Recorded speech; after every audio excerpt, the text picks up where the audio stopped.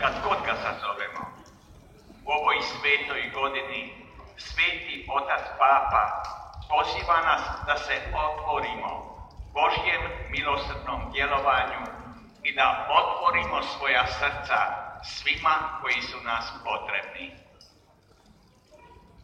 Gospodine, ti koji si nas pozvao da budemo milosrdni poput Oca, preobrani naša srca da vidimo patnje bližnjih, te da nikada ne zaboravimo tvoje riječi. Otpusti nama duge naše, kako i mi otpuštamo dužnicima našim.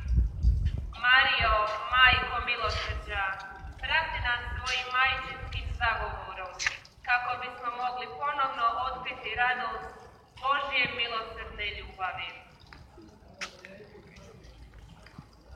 Zdravo Marijo, milosti puna, Gospodin s tobom, blagoslovljena ti među ženama i blagoslovljen plod utrobe tvoje, Isus.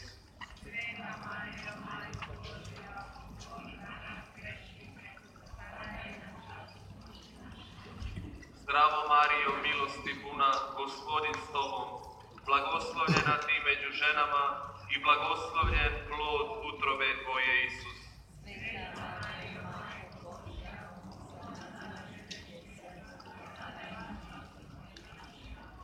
Zdravo Marijo, milosti puna, Gospodin s tobom, blagoslovljena ti među ženama i blagoslovljen plod utrobe tvoje, Isus.